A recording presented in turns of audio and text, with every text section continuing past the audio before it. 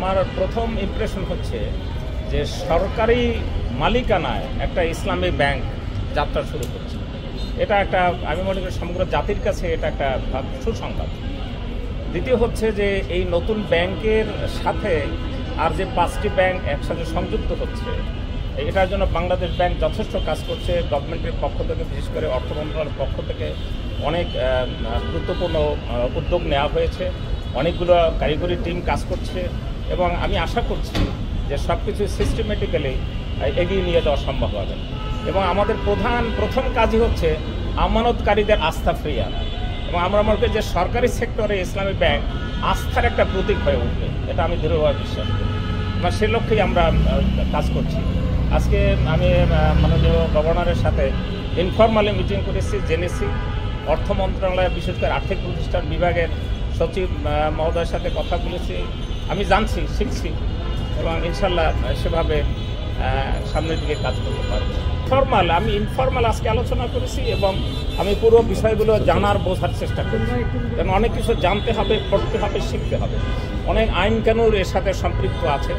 তারপরে আগের যে ওই ব্যাংকগুলোর পরিস্থিতি, আমাদের সরকারের ভিশন, এই ব্যাংকের ভিশন, পুরো জিনিসটা তো আমাকে আগে আয়ত্ত করতে হবে, সেটা আমি চেষ্টা করছি। প্রথম তো গুরুত্ব দেবো যে আসলে এটা একটা নতুন ব্যাংক। সে নতুন ব্যাংকটাকে একটা অবয়বের উপরে দাঁড় করানো, এটাই তো প্রথম কাজ। দ্বিতীয় কাজ হচ্ছে যে আইন কানুন বিধিবিধানের আওতায় যে 5টি ব্যাংকের সাথে সম্পৃক্ত করা হচ্ছে, সেটাকে এর মধ্যে কিভাবে মার্জ করা যায় অত্যন্ত সুন্দরভাবে, সেই চেষ্টাটা আমি করি।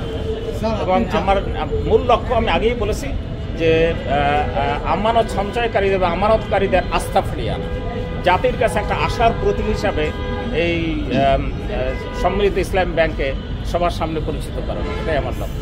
আমাদের আনুষ্ঠানিকভাবে বোর্ড যখন কার্যক্রম শুরু করবে, তারা সবগুলোই অলরেডি সরকার অনেকগুলো, বাংলাদেশ ব্যাংক অনেকগুলো রেগুলেশন করেছে, সরকার আইন অর্ডিন্যান্স করেছে, এর আওতায় পরীক্ষা নিরীক্ষা করেই আমরা সেভাবে সামনের দিকে অগ্রসর হচ্ছি।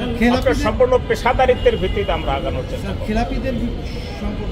এই মুহূর্তে এখনো বলার সময় আসেনি, এটা আমরা আরও দেখবো। আনুষ্ঠানিকভাবে তো লাইসেন্স যখন হয়েছে, আনুষ্ঠানিক শুরু হয়ে গেছে অলরেডি।